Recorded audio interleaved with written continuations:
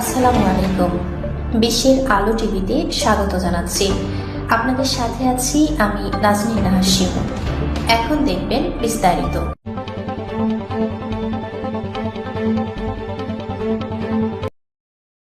রাজশাহী বোয়ালিয়া হতে দীর্ঘদিন ধরে আত্মগোপনে থাকা ১ বছরের সাজাপ্রাপ্ত ও ৩৫ লক্ষ টাকা অর্থদণ্ডের দণ্ডিত আসামি সাইফুলকে গ্রেফতার করেছে র‍্যাব-৫।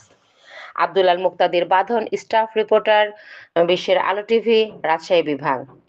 র‍্যাব প্রতিষ্ঠার সময় থেকে দেশের সার্বিক আইন-শৃঙ্খলা পরিস্থিতি সমুন্নত রাখার লক্ষ্যে সব ধরনের অপরাধীকে আইনের আওতায় নিয়ে আসার ক্ষেত্রে অগ্রণী ভূমিকা পালন করে আসছে।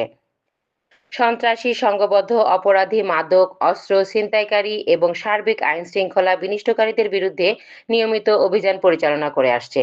এরই ধারাবাহিকতায় ২৭শে নভেম্বর ২০২৫ দুপুর ১২ ঘটিকায় রাজশাহী মহানগরী বোয়ালিয়া থানাধীন শিরোল নামক এলাকায় অভিযান পরিচালনা করে ১ বছরের সাজাপ্রাপ্ত ও ৩৫ লক্ষ টাকার অর্থদণ্ডপ্রাপ্ত পলাতক আসামি মোহাম্মদ সাইফুল ইসলাম ৪৮, পিতা মোহাম্মদ শরীফুজ্জামান, সাং নাওপাড়া থানা, দুর্গাপুর জেলা, রাজশাহীকে গ্রেফতার করে।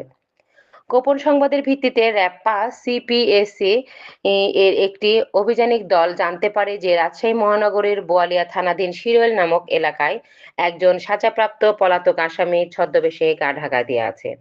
পরবর্তীতে র‍্যাবের গোয়েন্দা দল উক্ত আসামির গতিবিধি পর্যবেক্ষণ করে এবং উক্ত তারিখ দুপুর ১২ ঘটিকায় উক্ত এলাকায় একটি অভিযান পরিচালনা করে উক্ত সাজাপ্রাপ্ত আসামিকে গ্রেফতার করে।